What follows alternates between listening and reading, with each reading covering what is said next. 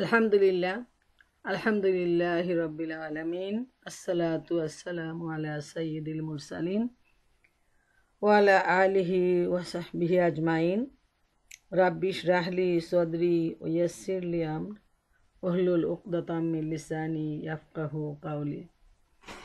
আলহামদুলিল্লাহ, আল্লাহ রব্বুল আলামিনের দরবারে অসংখ্য শুকরিয়া যে আল্লাহ তাআলা আমাদের সবাইকে এই সুন্দর পবিত্র টেলিকনফারেন্সে যোগ দেওয়ার তৌফিক দিয়েছেন, যেখান থেকে আমরা দিনের ইলিম অর্জন করতে পারবো।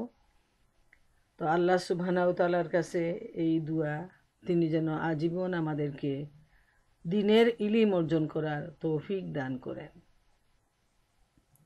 দিনের ইলিম অর্জনের ব্যাপারে নবী করিম সাল্লাল্লাহু আলাইহি সাল্লাম ইরশাদ করেছেন যে দিনের ইলিম অর্জনের পথে রইল সে জান্নাতের ফল কুড়ানোর মধ্যে রইল।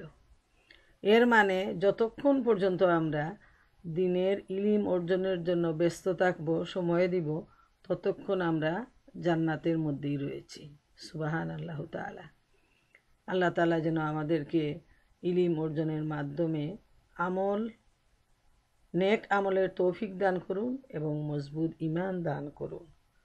প্রিয় বোনেরা আমার, আজকে আপনাদের জন্য রয়েছে খুবই গুরুত্বপূর্ণ একটি আলোচনার বিষয় হলো আল্লাহ সুবহানাহু তাআলার রুবুবিয়তের পরিচয়। আমরা জানি আল্লাহ হচ্ছেন আমাদের ইলা, তিনি ছাড়া কোনো মাবুদ নেই। আল্লাহ হচ্ছেন আমাদের রব, আল্লাহ হচ্ছেন আমাদের মালিক, প্রভু, মনিব, সার্বভৌম ক্ষমতার মালিক, সারা জাহানের মালিক। তো আজকে আমরা এই রব শব্দ নিয়ে আমরা আলোচনা করব ইনশাআল্লাহ, যে আল্লাহ রব্বুল আলামিন যে রব, এই রবের অর্থ কী এবং রুবুবিয়তের পরিচয়টা কী। মহাগ্রন্থ আল কুরআন জুড়ে এই রব শব্দটা অসংখ্যবার আসছে।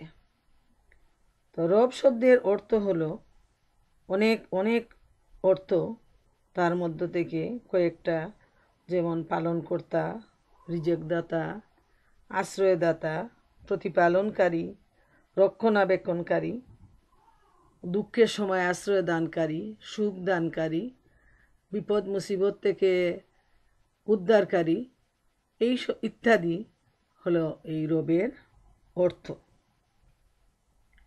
এখন যদি আমরা সংক্ষেপে এইগুলা নিয়ে সামান্য একটু বিশ্লেষণ করি, তাহলে তখন আমাদের কাছে পরিষ্কার দাঁড়াবে যে আল্লাহ রব্বুল আলামিন তিনি যে তার রুবুবিয়তের মাধ্যমে পুরা সৃষ্টি জগৎ পরিচালনা করে যাচ্ছেন, সেটা আমরা চোখে দেখেও দেখতে পাচ্ছি না, বুঝেও বুঝতে পারতেছি না। অনেক কঠিন ব্যাপার, এবং যারা সত্যের অনুসন্ধানকারী তাদের কাছে এটা সহজ, যদিও বিস্তারিত উপলব্ধি করা বা বোঝা অনেক কঠিন। কিন্তু মোটামুটি যার যার ইলিম দিয়ে, নলেজ দিয়ে তিনি বুঝতে পারেন যে আল্লাহ রব্বুল আলামিন যে তার একটা গুণবাচক নাম, তিনি হচ্ছেন রব, এবং এই রুবুবিয়তের মাধ্যমে তিনি তার পুরা সৃষ্টি জগৎকে পরিচালনা করে যাচ্ছেন, সেটা আমরা ইচ্ছায় অনিচ্ছায় আমরা সবাই মেনে নিতে বাধ্য। আমরা দেখি আল্লাহ সুবহানাহু তাআলা যে পালনকর্তা, তার এই পালনকর্তার যে পরিচয়টা, সেটা আমরা সৃষ্টি জগতের দিকে যখন আমরা তাকাই, তখন আমরা যদি একটু চিন্তা করি, তাহলে আমরা সেটা উপলব্ধি করতে পারব। যেমন মহাগ্রন্থ আল কুরআনে সূরা আলে ইমরানে আল্লাহ সুবহানাহু তাআলা ইরশাদ করেন, আল্লাযীনা ইয়াযকুরুনাল্লাহা কিয়ামান ওয়া কুউদান ওয়া আলা জুনুবিহিম ওয়া ইয়াতাফাক্কারুনা ফি খালকিস সামাওয়াতি ওয়াল আরদ রব্বানা মা খালাকতা হাযা বাতিলা সুবহানাকা ফাকিনা আযাবান্নার। ইরশাদ হলো, যারা দাঁড়িয়ে, বসে এবং শুয়ে সর্বাবস্থায় আল্লাহর স্মরণ করে এবং আকাশ ও পৃথিবীর সৃষ্টি ব্যবস্থা নিয়ে চিন্তা ভাবনা করে, তারাই আল্লাহ তাআলার খাঁটি বান্দা। এবং তারা বলে, আল্লাহ পাক পবিত্র, তিনি কোনো কিছুই এমনিতে সৃষ্টি করেন নাই। হে আল্লাহ, আমাদেরকে দুজখের আগুন থেকে রক্ষা করো। এত সুন্দর এই আয়াতে করিমার মাধ্যমে আমাদের কাছে যেটা পরিষ্কার সেটা হলো আল্লাহ তাআলা তার বান্দাদেরকে নির্দেশ দিচ্ছেন এবং তিনি বুঝায় দেওয়ার চেষ্টা করছেন যে যারা এই পৃথিবীর বান্দা তারাই খাঁটি বান্দা। এই পৃথিবীর অসংখ্য মিলিয়ন বিলিয়ন মানুষের মধ্যে যারা দাঁড়িয়েও আল্লাহ রব্বুল আলামিনকে স্মরণ করে, বসেও আল্লাহ তাআলাকে স্মরণ করে, আল্লাহর হুকুম আহকাম পালন করে, শুয়েও তারা আল্লাহ রব্বুল আলামিনের সৃষ্টির ব্যবস্থা নিয়ে তারা চিন্তা ভাবনা করে। আর আল্লাহ এদের সম্পর্কে বলছেন যে এরাই হলো আল্লাহ তাআলার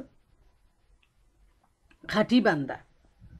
যেহেতু একজন মুসলিম, একজন ইমানদার হিসাবে আমাদের দায়িত্ব হলো আল্লাহ তাআলাকে চেনা। আল্লাহ যে আমাদের মালিক, তিনি যে মনিব, তিনি যে আমাদের স্রষ্টা, তিনি যে আমাদের পালনকর্তা, সেই আল্লাহকে চেনাই হইল বান্দার সবচেয়ে প্রথম কাজ, প্রধান কাজ এবং শেষ কাজ। মনে রাখতে হবে দুনিয়ায় জীবনযাপন করার জন্য, বেঁচে থাকার জন্য আমরা বিভিন্ন ধরনের কাজকর্মে ব্যস্ত হয়ে যাই, কিন্তু এই পৃথিবীতে আগমনের মূল উদ্দেশ্যটাই হলো যে রব আমাদেরকে এই পৃথিবীতে পাঠিয়েছেন সেই রবকে চিনা, সেই রবের অনুগত হওয়া, সেই রবের কাছে নিজেকে সম্পূর্ণভাবে সারেন্ডার করে দেয়া। এটাই হলো পৃথিবীতে মানুষকে পাঠানোর মূল উদ্দেশ্য। তো আমরা যত বেশি আমাদের রবকে নিয়ে চিন্তা করব এই সৃষ্টি জগতের দিকে তাকিয়ে, ততই আমরা আমাদের রবের সাথে আমাদের সম্পর্ক হবে ঘনিষ্ঠ। আমরা তাকে চিনতে পারবো, বুঝতে পারবো এবং আল্লাহ রব্বুল আলামিনের প্রতি তখন আমাদের মজবুত সম্পর্ক সৃষ্টি হবে, আমাদের ইমানের মজবুতি আসবে। আর আল্লাহ তাআলা এ প্রসঙ্গে ইরশাদ করেন, ওয়াল্লাহু ওলিয়ুল্লাযিনা আমানু। আল্লাহ সুবহানাহু ওয়া তাআলা হচ্ছেন ইমানদারদের বন্ধু, অভিভাবক, গার্জিয়ান। তাইলে আমরা এই আয়াত শরীফ থেকেও আমরা দেখি যে যারা আল্লাহ তাআলাকে নিয়ে, আল্লাহ যে রব, আল্লাহ যে পালনকর্তা, আল্লাহ যে আমাদেরকে লালন পালন করে যাচ্ছেন, এইসব বিষয় নিয়ে যত বেশি আমরা বুঝতে পারবো, চিন্তা ভাবনা করব, আমাদের মাথা তত বেশি আল্লাহ রব্বুল আলামিনের প্রতি নত হয়ে যাবে এবং আমরা হৃদয় দিয়ে উপলব্ধি করতে পারবো আল্লাহর ভালোবাসা যে আমাদের প্রতি কত বেশি, তিনি যে আমাদেরকে কত ভালোবাসেন, কত মহব্বত করেন। আল্লাহর সৃষ্টির কিছু বিষয় নিয়ে আলোচনা করলেই আমাদের কাছে সেটা আরও পরিষ্কার হবে ইনশাআল্লাহ তাআলা। যেমন আল্লাহ তাআলা যে পালনকর্তা, আমরা তার উদাহরণ আমরা নেই। যেমন এই বিশ্বজগতের যাবতীয় সৃষ্টি ব্যবস্থাপনাকে তিনি লালন পালন করে যাচ্ছেন। আমরা মানুষ হিসাবে বৈজ্ঞানিকরা যেটুকু আবিষ্কার করেছেন এই সৃষ্টি জগতের, তাদের গবেষণার মাধ্যমে এই বিষয়ে যেটুকু আমাদের ক্ষুদ্র জ্ঞান আছে তার চাইতে অনেক অনেক গুণ বেশি এখনো বিজ্ঞানের আওতার বাইরে রয়েছে এই সৃষ্টি জগৎ। তারপরও যেটুকু আবিষ্কার হয়েছে, বর্তমান যুগে আমরা টিভির মাধ্যমে, ফেসবুকের মাধ্যমে, মিডিয়ার মাধ্যমে আমরা অনেক কিছু দেখতে পাচ্ছি, জানতে পারতেছি যে এই যে সাগরতলার বিশাল প্রাণীজগৎ, এই বিশাল প্রাণীজগৎকে কে লালন পালন করে যাচ্ছে? তিনিও তো হচ্ছেন আমাদের রব, তিনি হচ্ছেন আমাদের পালনকর্তা। প্রতিপালনকারী। আমরা যদি জঙ্গলের দিকে তাকাই, আফ্রিকার জঙ্গল, তারপর আমাজন দ্বীপপুঞ্জ এবং বিশ্বের যতগুলা জঙ্গল রয়েছে, এত বিশাল বিশাল প্রাণী রয়েছে যে শুধু আমাদের সবার পরিচিত প্রাণীটা হচ্ছে গায়ের দিক দিয়ে, দেহের দিক দিয়ে যেটা বিশালকায়, যেমন হাতি। তারপর তো আরও অসংখ্য বিশাল বিশাল প্রাণী রয়েছে। এদের গুটি কয়েক প্রাণীর খাবারের দায়িত্ব যদি একটা দেশের প্রেসিডেন্ট বলেন যে আমার এলাকার যে জঙ্গলগুলো আছে সব পশুগুলোকে, মানে জঙ্গলের যে প্রাণী আছে বড় বড়, ওইগুলোকে আমি এক বেলার জন্য দাওয়াত দিলাম এবং দায়িত্ব নিলাম যে আমি তাদের এক বেলার খাবার দিব, কিন্তু আদৌ কি সেটা সম্ভব হবে? মানুষ নিজের পেটে আধা কেজি ভাত যদি রান্না করে তাহলেও 7-8 জন মানুষ তৃপ্তি করে খেতে পারে। মানুষের খাবারের পরিমাণ এত অল্প, চাহিদাটা অল্প একটা পশুর তুলনায়। তারপরও আমরা হিমশিম খেয়ে যাই আমাদের গড়ের বিল দেওয়ার জন্য, খাবারের যে বাজেটটা সেটা পরিশোধ করার জন্য এবং যাবতীয় প্রয়োজনীয় খরচপাতি চালিয়ে যাওয়ার জন্য। প্রত্যেকটা ফ্যামিলি একটা ব্যস্ততার মধ্যে রয়েছে, একটা পেরেশানির মধ্যে রয়েছে। আর এই বিশাল প্রাণীজগৎকে প্রতিপালনের দায়িত্ব কোনোদিন কোনো প্রেসিডেন্ট নিতে পারবে না, শৌখিন প্রেসিডেন্টও নিতে পারবে না, যেহেতু সে তার দেশের মানুষের যে দায়িত্বটুকু তার, সেটাও কোনো দেশের সরকার প্রধান সঠিকভাবে পালন করতে পারতেছে না। অথচ আমাদের মহান মাবুদ, তিনি এই সৃষ্টির শুরু থেকে আজ পর্যন্ত এবং কিয়ামত পর্যন্ত এই বিশাল দেহধারী প্রাণীদের খাবার যোগান দিয়ে যাচ্ছেন। এই সাগরের তলার অসংখ্য অসংখ্য প্রাণীকে তিনি খাবার যোগান দিয়ে যাচ্ছেন। তারপর আমাদের জানা অজানা কত ধরনের পশু পাখি প্রাণী রয়েছে যেগুলোকে প্রতিপালন করে যাচ্ছেন আমার মহান রব।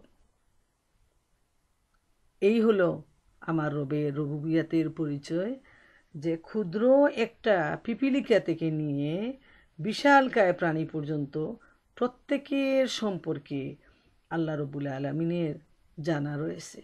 কার কখন কি প্রয়োজন বলার আগে আল্লাহ রব্বুল আলামিন তার মনের ভিতরে যে ধারণা চিন্তা আসছে সেটাও তিনি জেনে নেন। সুবহানাল্লাহু তাআলা। তাই এই যে রুবুবিয়াতের পরিচয়, যে আমার আল্লাহ যে প্রতিপালনকারী, তিনি যে রিজেক দাতা, তিনি যে এই বিলিয়ন বিলিয়ন মানুষকে রিজেক দিয়ে যাচ্ছেন, পশু পাখিকে রিজেক দিয়ে যাচ্ছেন, কিন্তু তার সৃষ্টি জগতে রিজেকের কোনো কমতি হচ্ছে না। একটা ঘটনা আমি বলি এ প্রসঙ্গে, যে একজন শাগরেদ, তিনি তার পীরের যে আস্তানায় থাকতেন, সেখানে খাওয়া দাওয়া চলতো এবং পীরের মুরিদ হিসাবে তার যা কিছু করণীয় তিনি তা করে যেতেন। হঠাৎ তার চিন্তা জগতে একটা পরিবর্তন আসলো।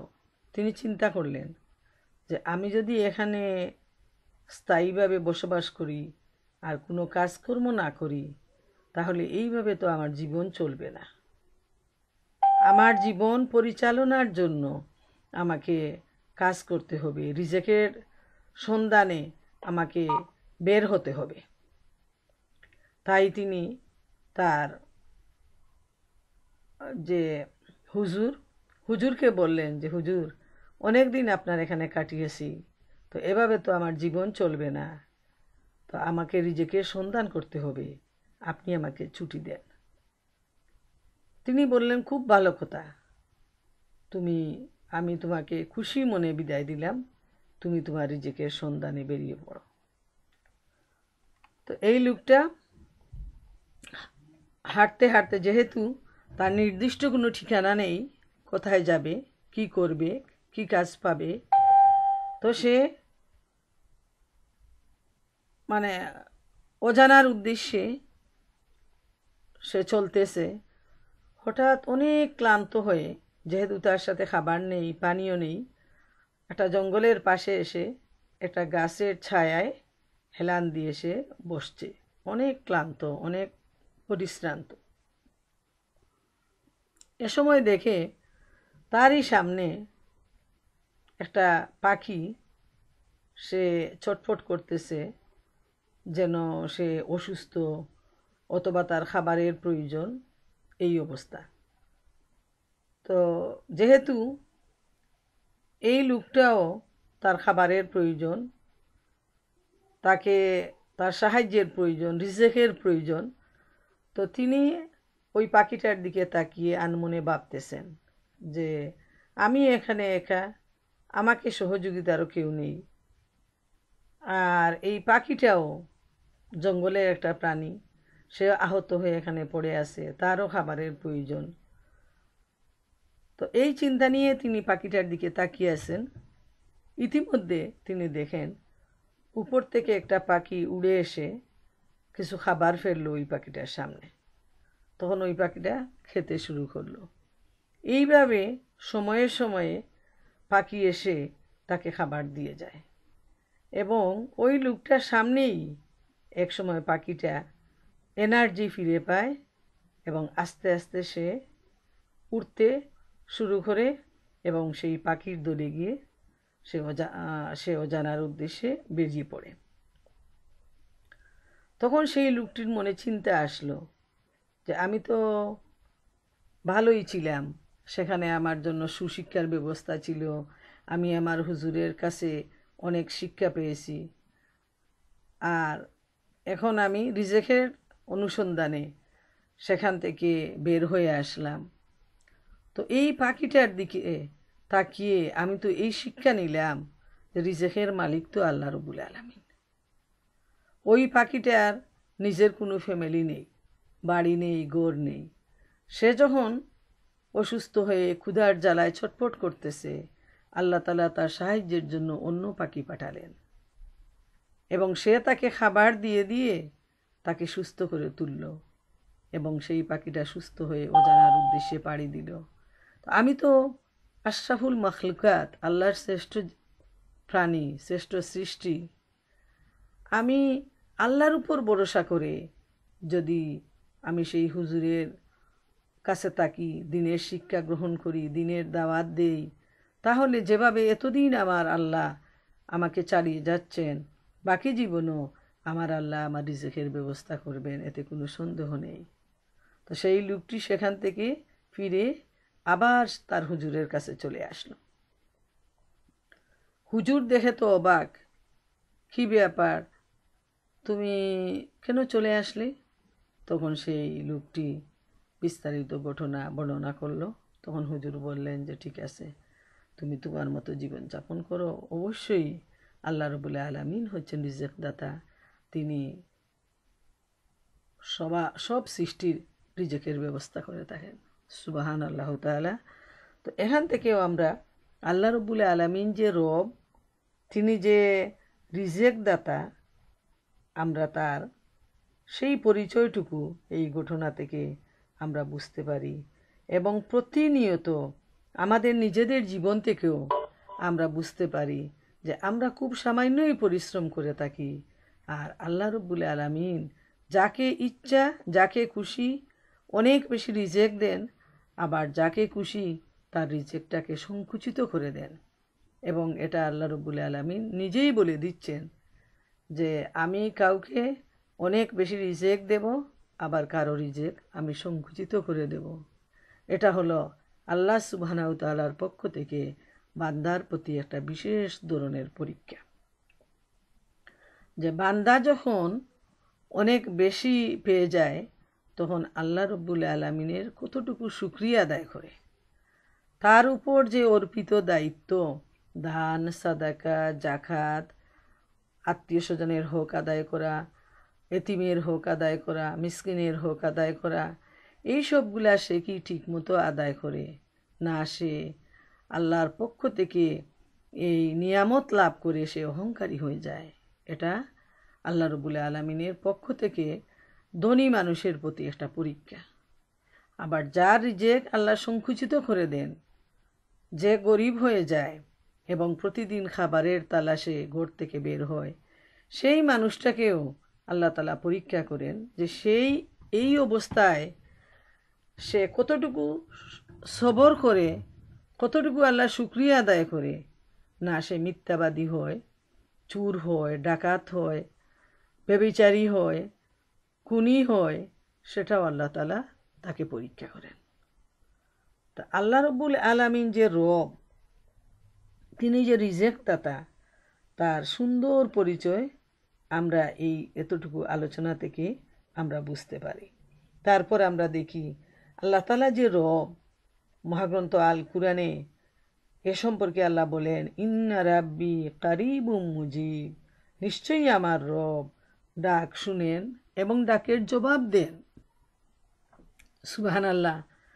আল্লাহ তাআলা হচ্ছেন এমন রব, আমরা যদি জুড়ে চিৎকার করে আল্লাহর কাছে কিছু চাই, তাও আল্লাহ তাআলা শুনেন। আমরা যদি চুপে চুপে বলি, তাও আমার আল্লাহ শুনেন।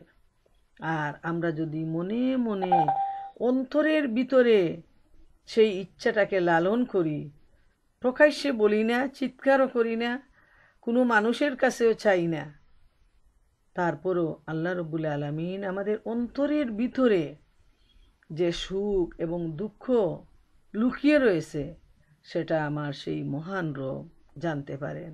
এবং তিনি যখন আমরা ডাকি, তখন তিনি শুনেন এবং তার জবাব দেন। সুবহানাল্লাহ। আমরা যদি দেখি আমাদের জীবনে এর অসংখ্য অসংখ্য পরিচয় আমরা খুঁজে পাব, যে যখন আমাদের কোনো কিছুর প্রয়োজন, তখন আমরা চাইতেও আল্লাহ তাআলা আমাদেরকে দান করেন, আর না চাইতেও আল্লাহ রব্বুল আলামিন আমাদেরকে দান করেন। যার ছেলের প্রয়োজন, আল্লাহ তাআলা তাকে ছেলে দেন। যার মেয়ের প্রয়োজন, তাকে আল্লাহ তাআলা মেয়ে দেন।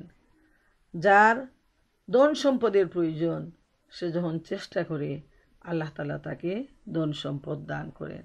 এইভাবে তিনি তার বান্দাদের প্রয়োজন তিনি পূরণ করে দেন।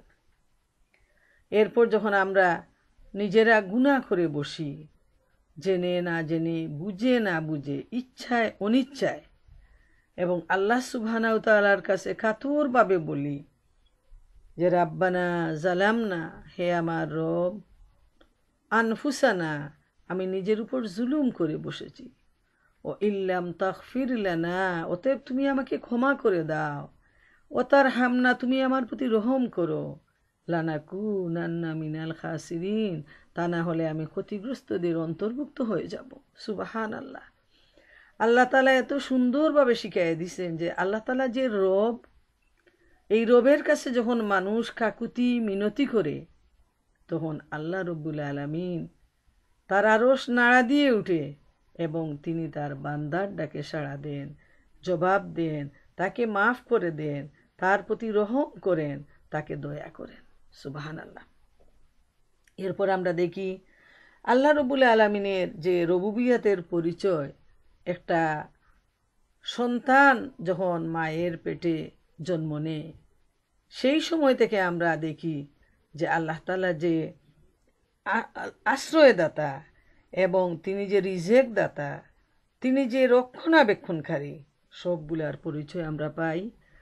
যেমন এই বাচ্চাটা প্রথমে একটা পানির মতো একটা ফুটা থাকে, এখান থেকে সৃষ্টি হয় ব্লাড, মাংসখণ্ড, তারপর আল্লাহ রব্বুল আলামিন হাত, পা, চোখ, কান, নাসিকা সবগুলো প্রয়োজন মতো প্রয়োজনীয় জায়গায় বসিয়ে দেন। এবং এই যে বাচ্চাটা, মায়ের বাবার কোনো ক্ষমতা নাই এই বাচ্চাটাকে খাবার পৌঁছে দেওয়ার।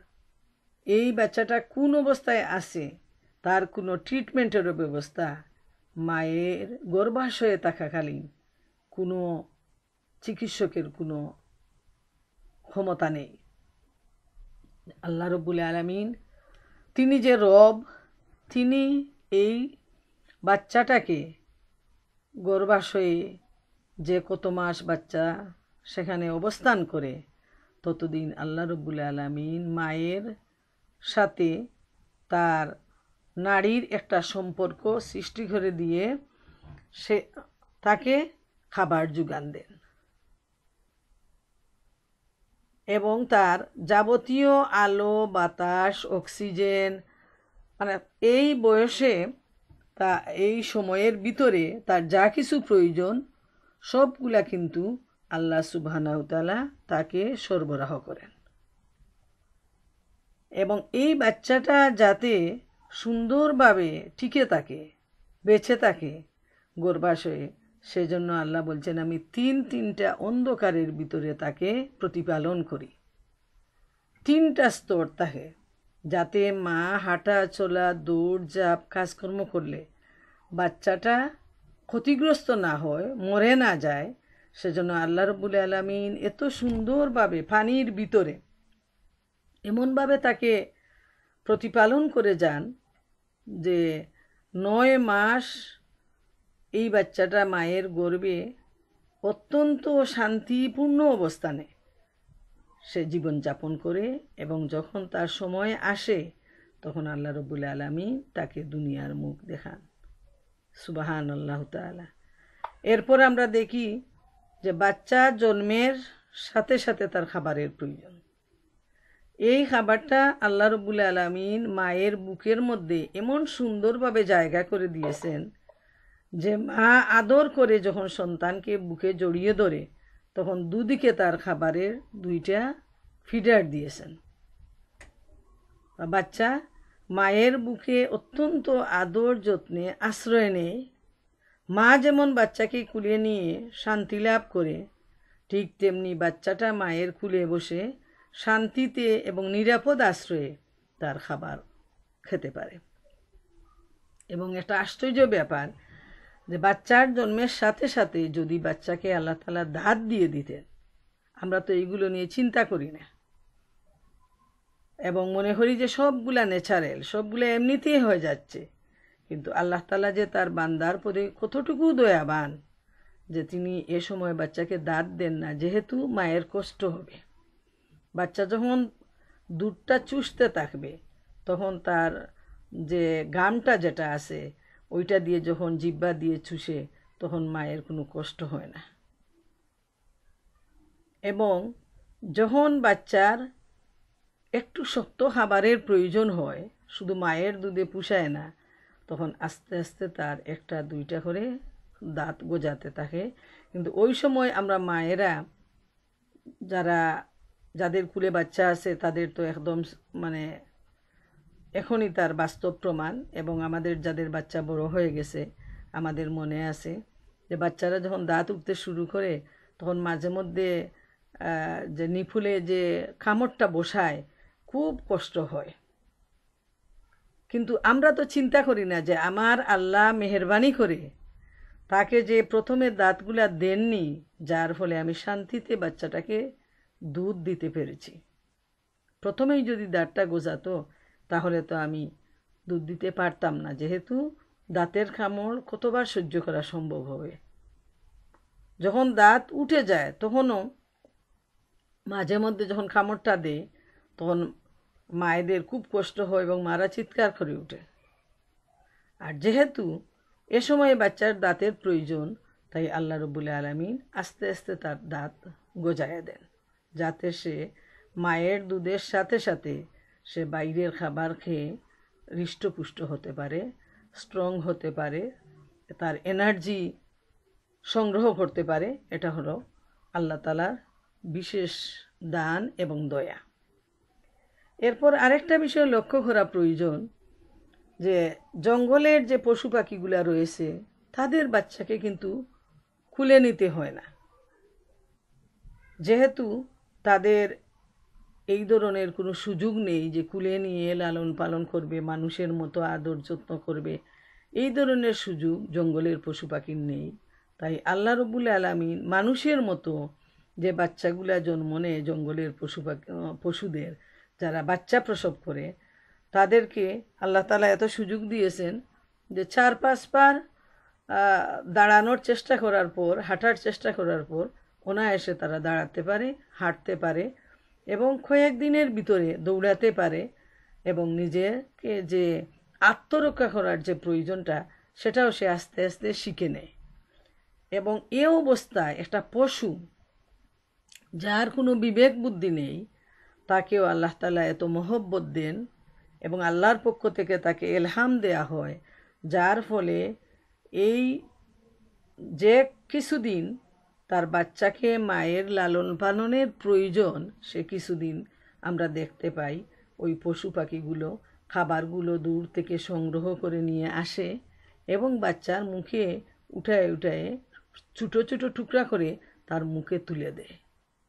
যেমন দেখবেন মুরগির বাচ্চাগুলো তো যখন খাবার দেয়া হয়, ওই যে খুদ দেয়া হয়, চাল দেয়া হয়, তো ওই সময় দেখবেন শুধু কুটকুট করতেছে মাটা, কিন্তু এই সময় মাটা এত শুকনো পাতলা থাকে।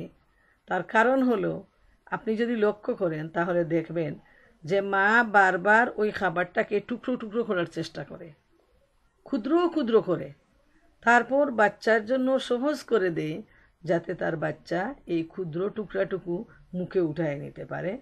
মা সেই সাহায্যটা করে এবং মায়ের মহব্বতটা এত বেশি যে ওই সময় মা খাবার মুখে দিয়ে বাচ্চাকে দেয় কিন্তু নিজে খাবারটা খাইতে চায় না। এজন্য দেখবেন যে বাচ্চা জন্ম দেওয়ার পর মা পাখিরা, মা মুরগি যারা আছে ওইগুলো সবাই একদম শুকনো, অনেক শুকনো হয়ে যায়। যেমন আজকে আমি দেখতেছি একটা ইয়েতে, ভিডিওতে, ইউটিউবের না ফেসবুকে কে করতেছে, পোস্ট করছে।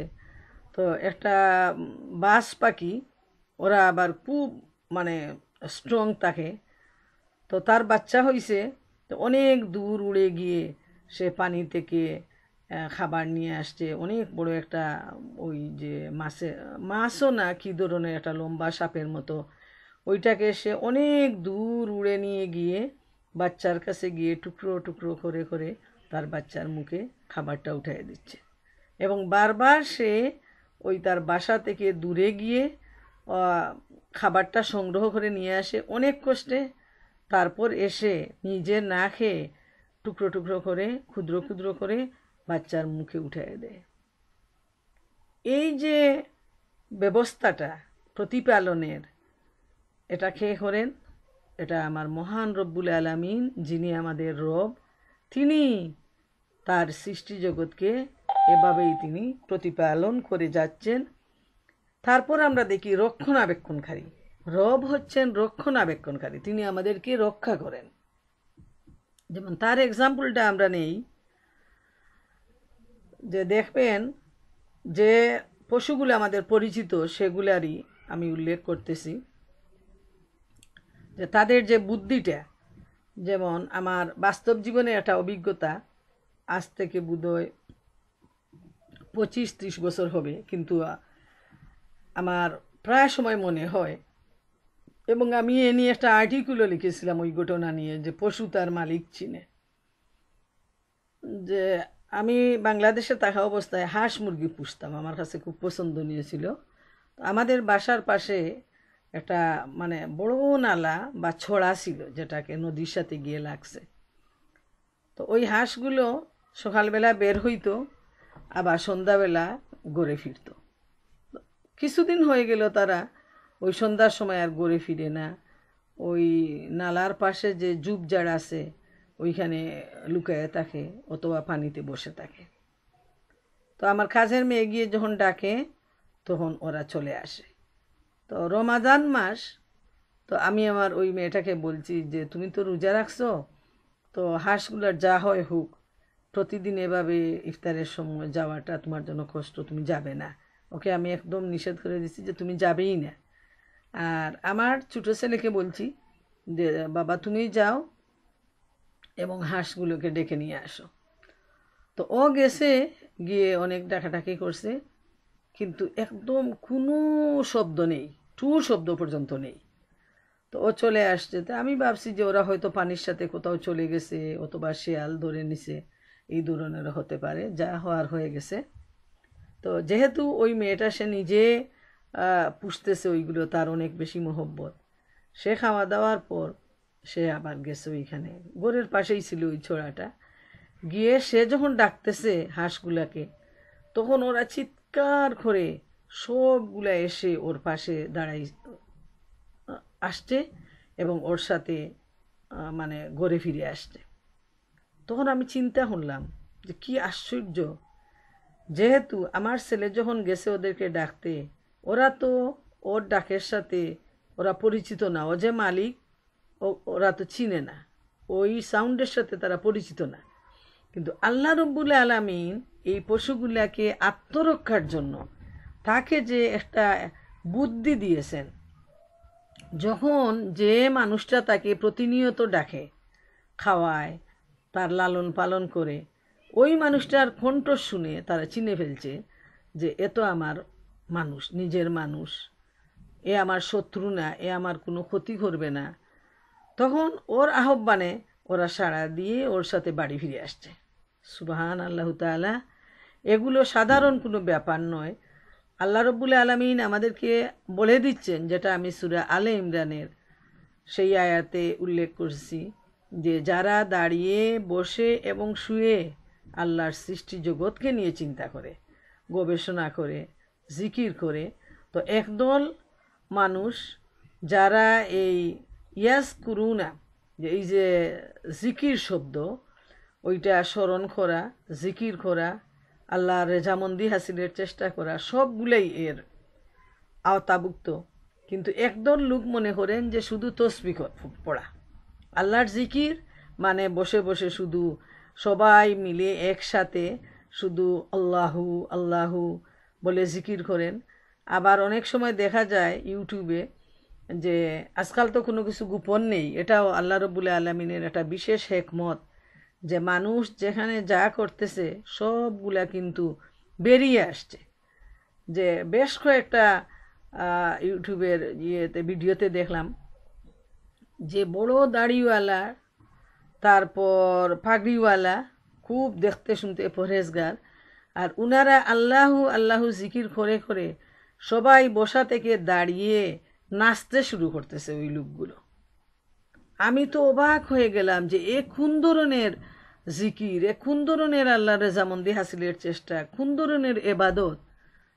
আমরা তো নবী করিম সাল্লাল্লাহু আলাইহি ইসলামের জীবনে এমন কোনো এবাদতের এক্সাম্পল আমরা পাইনি যেখানে আল্লাহু আল্লাহু বলে সবাই বসে জিকিরের মাধ্যমে দাঁড়ায়ে পুরা দমে ড্যান্স দিচ্ছে। এবং কোনোটায় দেখা গেছে যে মানে এইভাবে এমন বেশি উনারা আবেগ আপ্লুত হয়ে গেছে যে পড়ে গেছে, যেভাবে আল্লাহ আমাকে মাফ করুন, যেভাবে মাতাল হয়ে মানুষ পড়ে যায়, ঠিক সেভাবে তারা নাচতে নাচতে মাটিতে ঢলে পড়ে গেছে। তো আমার জানা নেই আমি কুরআন হাদিসের কোথাও এমন ধরনের জিকির আর নবীজির জীবনে এমন কোনো আমলের ইতিহাস আমাদের জানা নেই। আল্লাহ মাফ করুন মুসলমান সমাজকে এ ধরনের অবস্থা থেকে। জিকিরের মানেই হলো আল্লাহর রেজামন্দি হাসিলের চেষ্টা করা, আল্লাহর যে নির্ধারিত হুকুম আহকাম পালন করা এবং দিনের সঠিক ইলম অর্জনের মাধ্যমে নিজের আমলকে সংশোধন করা, সুন্দর করা, পরিশুদ্ধ করা, নিজের চরিত্রকে ঠিক করা। তাইলে যে রবের পরিচয়টা নিয়ে আমি আলোচনা করতেছি, যে তিনি যে রব, তিনি তার এই যে ক্ষুদ্র সৃষ্টিগুলাকে তিনি কিভাবে বুদ্ধি দিয়ে তার আত্মরক্ষার জন্য তিনি শিখিয়ে দিয়েছেন, তার জীবন সুন্দরভাবে পরিচালনার জন্য। একটা পশু হিসাবেও যে আল্লাহ তাআলা তিনি যে রব, এই পশুর স্রষ্টা এবং লালন পালনকারী, রক্ষণাবেক্ষণকারী, এখান থেকে তার এক্সাম্পলটা আমরা পেয়ে যাই।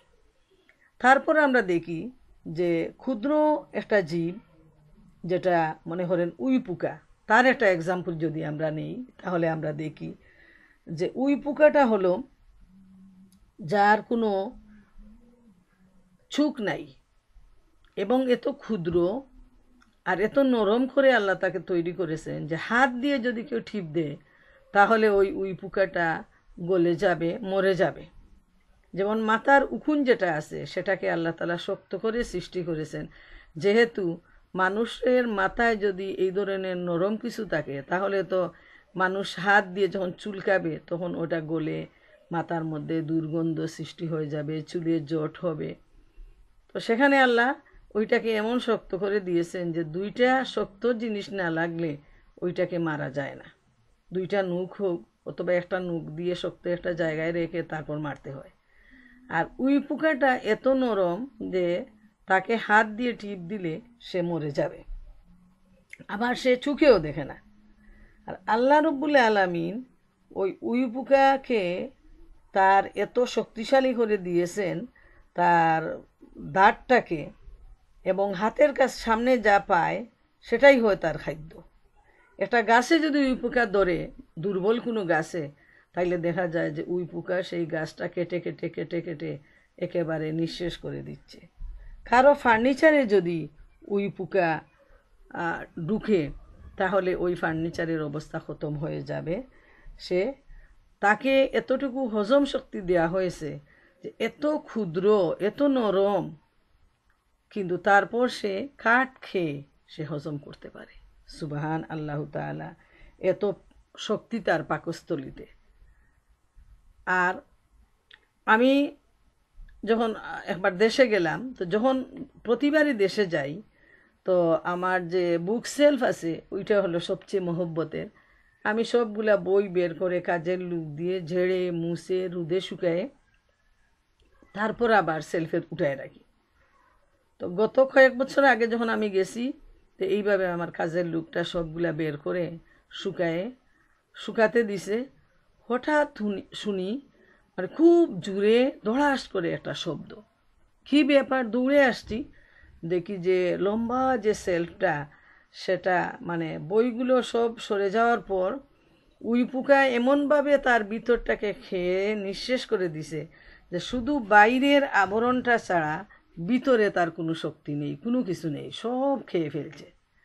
আর বই থাকার জন্য ওইটা মানে সোজা হয়ে দাঁড়িয়ে আছে, আর বইগুলা বের করার পর তার আর কোনো শক্তি ছিল না। দড়াস করে পুরো আলমিরাটা পড়ে একদম গুঁড়ো গুঁড়ো হয়ে গেল, ভেঙে ভেঙে টুকরো টুকরো হয়ে গেল। তাইলে এই এক্সাম্পল থেকে আমরা কি বুঝতে পারি যে আল্লাহ তাআলা রব, এবং তিনি তার ক্ষুদ্র সৃষ্টিকে এমনভাবে শক্তি দিয়েছেন যে এত ক্ষুদ্র, এত দেখতে এত দুর্বল, কিন্তু তার দাঁতের শক্তি, হজম ক্ষমতা এত বেশি, এবং ঘ্রাণটা, যেহেতু তার চোখ নাই, সে চোখে দেখতে পারে না, সে কাঠের ভিতরে বাসা বাঁধে, এবং তার ওই ইঞ্জিনিয়ারিং ক্ষমতাটা তার এত সুন্দর, এত পাওয়ারফুল যে কাঠের ভিতরে সে নিজেদের জন্য এত সুন্দর ওই যে কি বলবো আমি, খুব সুন্দর তাক তাক করে ওরা তাদের যে রুমগুলা তৈরি করে, যেটা খুব সুনিপুণ হাতের তৈরি। এবং এই জ্ঞানটা মহান মাবুদ, যে এই উই পোকার স্রষ্টা, লালন পালনকারী, রক্ষণাবেক্ষণকারী, তিনি তাকে এই শক্তিটুকু, ক্ষমতাটুকু, এই ইলিমটুকু তিনি তাকে দিয়েছেন, যে ইলিমকে কাজে লাগিয়ে সে তার নিজের থাকার জায়গা করে নেয়। তাকে তো কেউ জায়গা দেয় না, কিন্তু সে এত গোপনে গোপনে তার জায়গাটা মানুষের ঘরের ভিতর, মানে ফার্নিচারের ভিতর করে নেয়, যে মানুষগুলা টেরও পায় না। এক সময় তার জিনিসগুলা সব খেটে কুটে খেয়ে দিয়ে নিঃশেষ হয়ে যায়। সুবহানাল্লাহ তাআলা।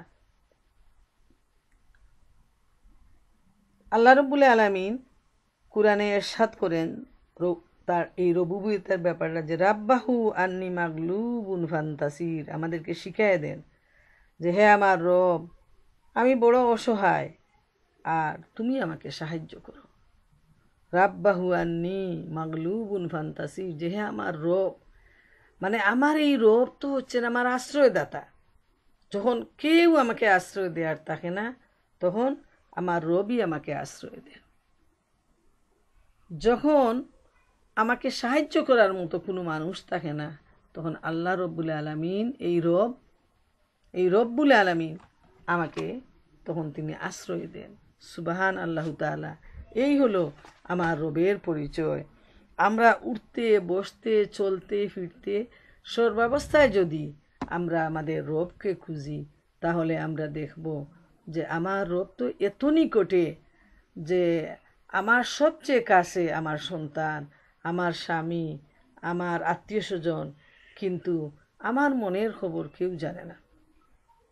আমার যে অসুখ, সবাই মিলে চেষ্টা করতেছে আপনার আমার যে অশান্তি দূর করার জন্য, কিন্তু কারো কোনো ক্ষমতা নেই সেটা দূর করার জন্য। কে দূর করেন? তিনি হচ্ছেন আমার রব। এজন্য সূরা বাকারার 187 আয়াতে আল্লাহ তাআলা ইরশাদ করেন, ওয়াইজা সাআলাকা ইবাদি আন্নি ফাইন্নী কারিব উজিবু দাওয়াতাদ দাঈ ইযা দাআন।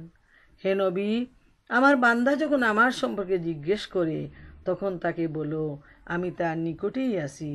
সে যখন আমাকে ডাকে, আমি তার ডাক শুনি এবং তার ডাকের জবাব দিয়ে থাকি। সুবহানাল্লাহ। শুধু এই আয়াত নিয়ে যদি কেউ চিন্তা ভাবনা করে, তাহলে সে তার রবকে চিনে নেয়া তার জন্য কঠিন ব্যাপার নয়। কোনো সময়ই সে চিন্তা করতে পারবে না যে আমার রব দূরে আছেন। আমার রব আমার এত কাছে, এর চাইতে নিকটে আর কেউ আসতে পারে না। আল্লাহ তাআলা নিজেই বলে দিচ্ছেন যে আমি তো তার ডানে বামে সামনে পিছনে, এমনকি আমি তার সারোগের চাইতেও নিকটে। সূরা ওয়াকিয়া আল্লাহ তাআলা বলেন একটা জায়গায় যে মানুষের যখন মৃত্যুর সময় আসে, তখন চতুর্দিকে তার আত্মীয় স্বজনরা থাকে, কিন্তু তার প্রাণবায়ুটা আল্লাহ তাআলা বের করে নেন। কেউ তার টেরও পায় না এবং কেউ একটা সেকেন্ড আটকাতেও পারে না। সুবহানাল্লাহ, সুবহানাল্লাহ। তাই আমরা সব সময় চিন্তা করব যে যিনি আমাকে লালন পালন করেন, যিনি আমাকে আশ্রয় দেন, যিনি আমার রক্ষণাবেক্ষণ করেন, দুঃখের সময় যে কোনো জাতি ধর্মের লোক হোক, কেউ কিন্তু জেসাসকে ডাকে না, কেউ তার যে হাতের তৈরি যে দেবদেবী আছে তাকেও ডাকে না, বরং যে আল্লাহ তাকে সৃষ্টি করেছেন সেই আল্লাহকেই অন্তর থেকে সে তখন ডাকে, তার বিপদে সাহায্য করার জন্য, তার মুসিবত দূর করার জন্য, তাকে সন্তান দেওয়ার জন্য, অভাবের দিনে তাকে খাবার দেওয়ার জন্য, জাহাজ ডুবিতে উদ্ধার করার জন্য। এভাবে অন্তর দিয়ে সে তখন সেই এক আল্লাহ তাআলাকে ডাকে। আল্লাহ তাআলা নিজেই কুরআনে এই ঘটনাটা অন্য অনেক আয়াত তিনি বলে দিয়েছেন যে তারা ডাকে উদ্ধার পায়, আবার তারা ভুলে যায়।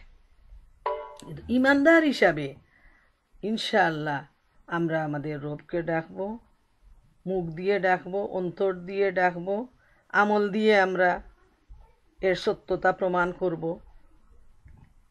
এবং আল্লাহর রুবুবিয়াত যে সারা সৃষ্টি জগৎকে ঘিরে আছে, এই আলোচনার মাধ্যমে আমরা অনেকটা বুঝতে পারলাম এবং ইনশাআল্লাহ আরও অনেক বাকি আছে।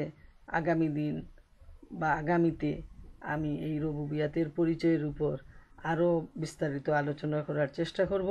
আল্লাহ সুবহানাহু ওয়া তাআলা আমাকে তৌফিক দান করুন এবং আমরা এতক্ষণ যা শুনলাম, যা বললাম, এর উপর চিন্তা গবেষণা করার তৌফিক আল্লাহ তাআলা আমাদেরকে দান করুন। ওয়া আখিরু দাওয়ানা আনিল হামদুলিল্লাহি রাব্বিল আলামিন।